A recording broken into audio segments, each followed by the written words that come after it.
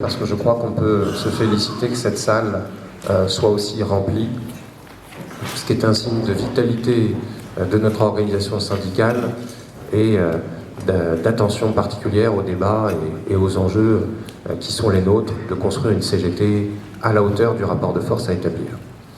Bon, merci aux camarades des UD de l'Aisne, de l'Oise, du 62, de la Seine-Maritime, au comité régional.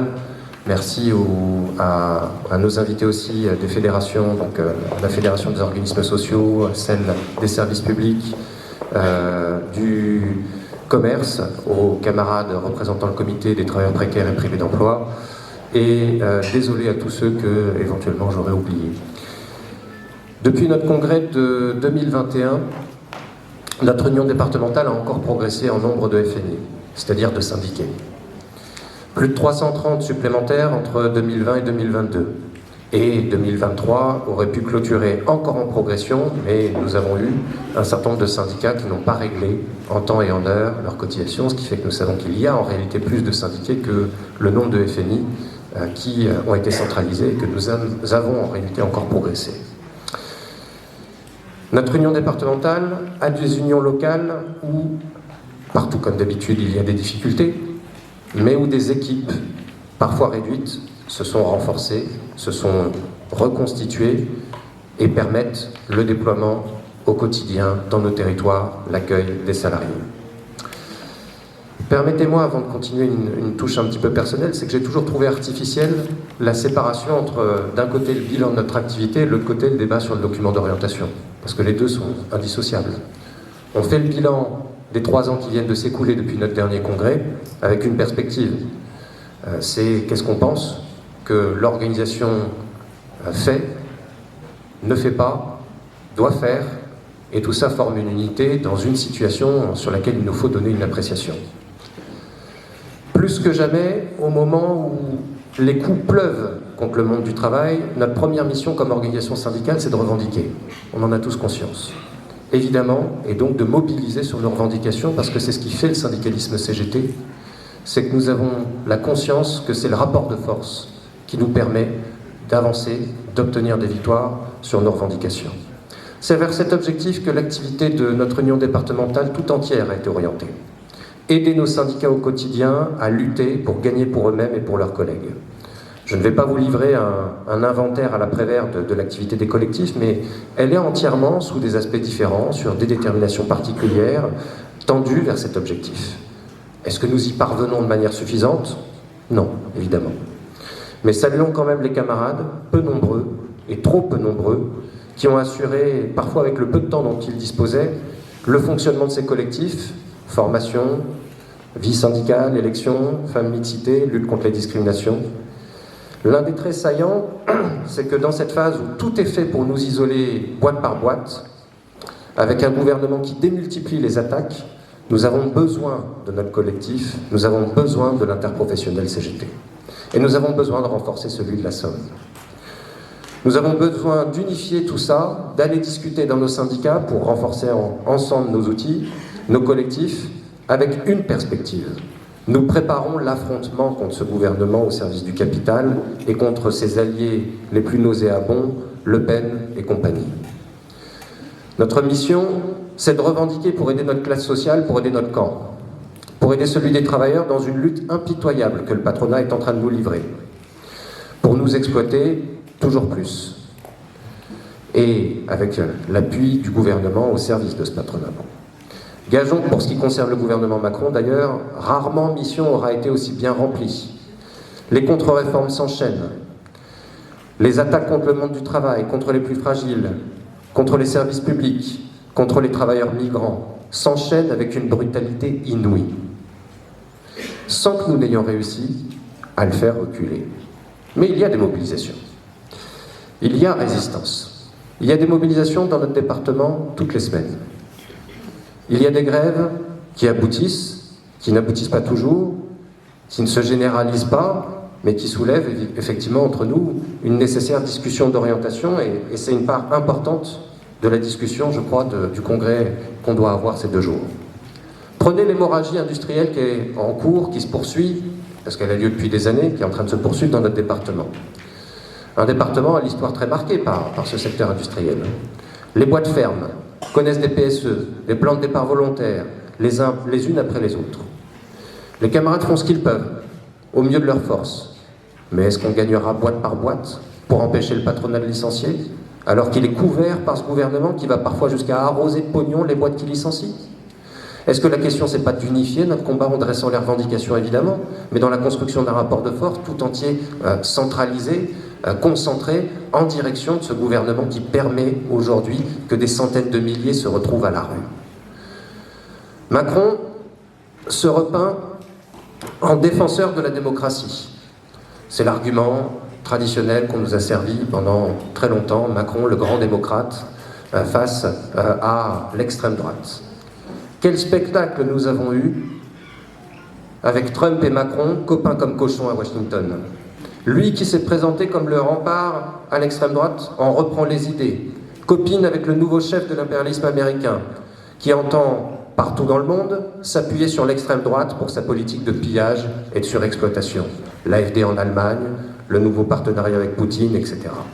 Quel avenir pour nous et pour nos enfants quand ces gens-là ont soutenu le massacre d'un peuple tout entier en Palestine, dont le crime principal à leurs yeux, c'est que le peuple palestinien n'a jamais renoncé à son droit à exister, à vivre sur sa terre dans le cadre d'un État souverain. Quel avenir quand ces gens-là, et Macron le bon élève en tête de liste avec son Premier ministre Bayrou, nous livrent les attaques les plus brutales contre l'école, contre les hôpitaux, contre le statut de la fonction publique avec l'objectif de liquider des pans entiers de civilisation sur lesquels nous nous sommes appuyés, que nous avons bâtis au prix d'une lourde lutte de classe pendant des décennies. Et dans le même temps, ces gens voudraient augmenter le budget militaire pour préparer la guerre. Il est déjà passé de 1% à 2% du PIB, sans vante Macron dans son intervention de la semaine passée. L'ordre donné par les Américains, c'est maintenant de passer de 2% à 5%, c'est-à-dire encore augmenter le budget militaire. Ponctionner encore plus les services publics pour faire ça, préparer de nouvelles attaques, attaquer les droits et les garanties du peuple travailleur pour préparer une boucherie sans nom, pendant que les grands groupes capitalistes de l'armement sont en train de s'en mettre plein les poches. Et la presse ne s'y trompe pas. Ruth El-Krief, la journaliste éditorialiste de BFM TV bien connue, écrit dans son dernier éditorial qu'il faut nous inspirer du Danemark, qui va encore prolonger l'âge de la retraite à 70 ans pour pouvoir acheter des armes, augmenter le budget militaire. Voilà ce qu'on est en train de nous préparer. Et bien, fidèle à ces bientôt 130 ans de combat pour la paix, notre UDCGT Somme réaffirme oui, il faut le cessez-le-feu. Oui, il faut le cessez-le-feu en Ukraine comme partout ailleurs. Oui, il faut laisser les peuples disposer d'eux-mêmes. Et nous ne serons jamais du côté des marchands de canons parce que les travailleurs de tous les pays sont nos frères. À coup de 49-3, ce gouvernement battu aux élections est en train de continuer son œuvre.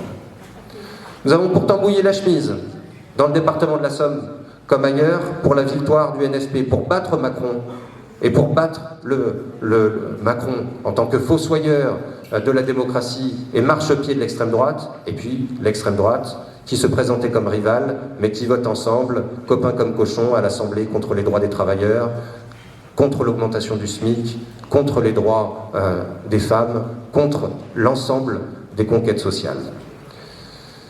C'était une décision historique, les camarades. Cette décision que nous avons prise dans notre UD, on a devancé d'une seule journée la décision confédérale, mais c'était une décision historique, mais fidèle à ce que la CGT est depuis toujours. Et je voudrais vous relire le préambule des statuts de la CGT en 1936. Il stipule ceci. La CGT se réserve le droit de prendre l'initiative de collaboration momentanée, estimant que sa neutralité à l'égard des partis politiques ne saurait impliquer son indifférence à l'égard des dangers qui menaceraient les libertés publiques, comme les réformes en vigueur ou à conquérir. Nous avons été fidèles à la lettre, à ça. Nous avons arpenté le territoire, et contre toute attente, les sondages qui garantissaient la victoire de Jordan Bardella, le chouchou de Bolloré et des milliardaires, il vient d'expliquer, le Bardella, que Bolloré, il faut comprendre, il se lève tôt le matin et il prend des risques. Hein.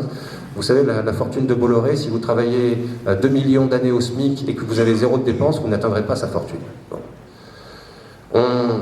Ce chouchou des milliardaires a été battu. C'était un démenti cinglant. c'est le NSP qui est arrivé en tête. Dans la Somme, où 3 députés, soit d'extrême droite ou de droite extrême, l'emportent, nous avons sauvé la mise de justesse dans la première circonscription et dans la deuxième, assuré une nouvelle victoire dans une circonscription traditionnellement acquise à la droite. Tout ça compte, les camarades. Mais la réaction de la CGT a-t-elle été à la hauteur face au déni démocratique où on a vu arriver un gouvernement perdant avec le parti qui était arrivé le dernier aux élections, nommé comme Premier ministre? C'est sans précédent. Dans la Somme, nous avons refusé de retirer le tapis, nous avons pris nos responsabilités, nous avons manifesté aux côtés des cheminots en juillet, nous avons manifesté en septembre contre le déni démocratique. Bon. Il n'empêche que ce gouvernement, si acharné qu'il soit à détruire nos droits, a pris du plomb dans l'aile. Hein. Il est mal en point. Et il cherche à nous duper, à s'appuyer sur nous en feignant, enfin, par l'opération du Saint-Esprit, d'ouvrir un débat sur les retraites. Un conclave, a dit Bayrou. Mais soyons clairs, avec un objectif. L'objectif de ce gouvernement, c'est de nous rendre collaborateurs d'une nouvelle réforme pour réduire son soi-disant déficit. Déficit des retraites qui est une fabrication totale. On le sait, les exonérations se sont démultipliées depuis des années. Les cadeaux au patronat se sont démultipliés. Quand on veut tuer son chien, on l'accuse de la rage. C'est ce qu'on fait au quotidien avec les retraites et avec la sécurité sociale. Nous rendre co-constructeurs d'une nouvelle réforme, nous associer à cette mascarade. Il y a un débat derrière. Notre mission, est-ce qu'elle est de servir de caution au gouvernement Bayrou dans une négociation où nous savons que les dés sont pipés? Notre UDCGT l'a dit, elle l'a écrit. Nous n'avons qu'une seule hâte vis-à-vis de ce conclave, c'est que notre confédération en claque la porte. Notre mission syndicale, c'est de dresser pied à pied les salariés ensemble dans la lutte pour les revendications, à commencer par l'abrogation de la réforme des retraites que nous n'abandonnons pas. Parce que non, bosser 2 ans de plus, pour nous, c'est pas un détail, c'est pas un luxe. Dans nos permanences, on voit les salariés enchaînés, qui sont avec des corps, avec l'esprit brisé par le travail, qui partent en masse, en inaptitude. Pour eux, 2 ans de plus, non, ça n'est pas un luxe. Pendant très longtemps, un camarade cheminot m'a confié que le code de son casier, c'était la date de son départ à la retraite quand il a été embauché. Il a pris 6 ans de plus. Est-ce que c'est un détail? Non. Nous restons attachés à la défense des régimes spéciaux. Nous restons attachés à la défense d'une retraite au plus tôt possible pour l'ensemble des travaux pénibles. Et au cours de cette séquence, dans notre bilan, il faut revenir sur le fait qu'on a engagé toutes nos forces dans la bataille pour la réforme des retraites, pour l'abrogation de cette réforme. J'insiste, toutes nos forces. Tendus vers un objectif, nous avons essayé de permettre aux salariés de l'emporter en décidant de reconduire la grève.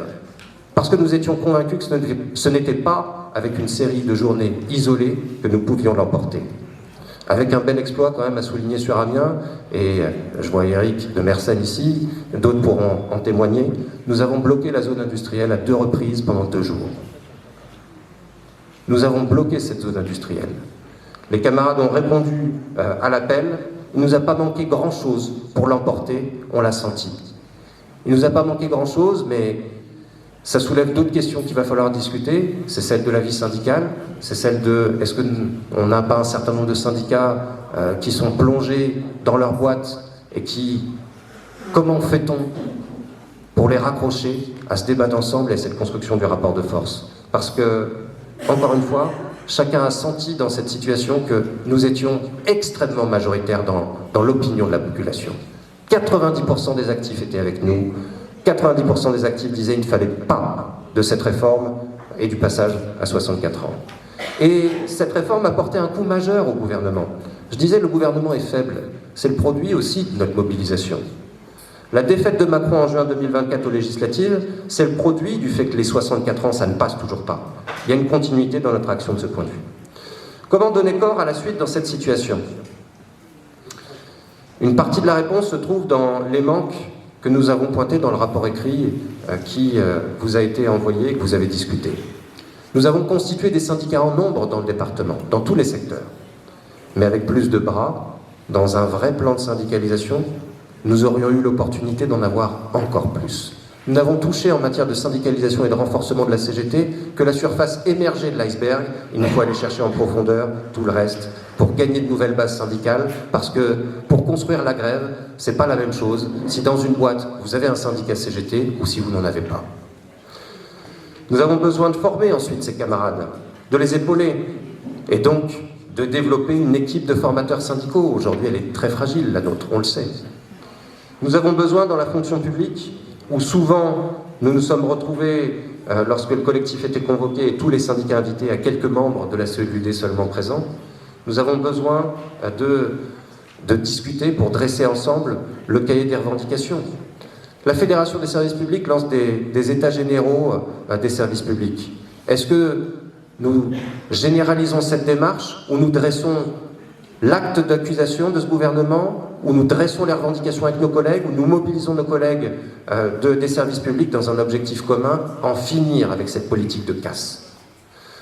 De même, nos camarades du secteur industriel aux emplois menacés, je l'ai dit, est-ce qu'on va chercher l'arrêt des licenciements en alignant toute la colère et en la centralisant là où ça se décide contre le gouvernement?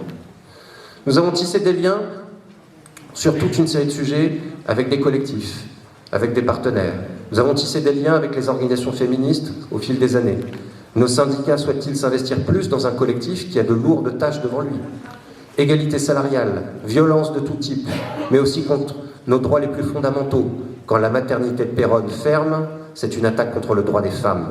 C'est aussi une attaque contre le droit à l'avortement que Macron ose se vanter d'inscrire dans la Constitution pendant qu'il ferme à tour de bras les centres d'IVG.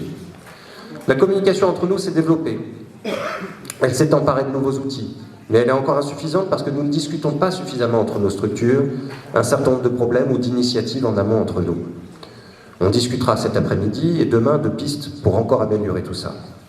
Mais devons-nous découvrir la grève de nos propres camarades d'une entreprise, parfois voisine, dans la presse, des jours après? Ou alors est-ce qu'on fait en sorte de faire jouer la solidarité CGT, de faire débrayer et de faire venir l'ensemble des camarades pour construire ensemble le rapport de force? Nous avons, je l'ai dit, 2 députés du RN. Nous avons un Premier ministre qui ose nous expliquer que le pays fait face à une submersion migratoire. Nous avons un ministre de l'Intérieur qui a démultiplié les outrances et les saillies et les mesures racistes, qui aujourd'hui démultiplient les provocations envers l'Algérie et les Algériens. Nous avons, d'ailleurs il faudra m'expliquer en quoi, quelle est la différence exacte aujourd'hui entre ce monsieur Retailleau et Marine Le Pen, parce que je crois qu'elle tient à une feuille de papier. Nous avons un président de la République qui a osé expliquer que le problème des urgences, qu'il a au passage saccagé, en supprimant postes et lits à tour de bras, le problème des urgences médicales, c'est, je cite, qu'il y a trop de Mamadou.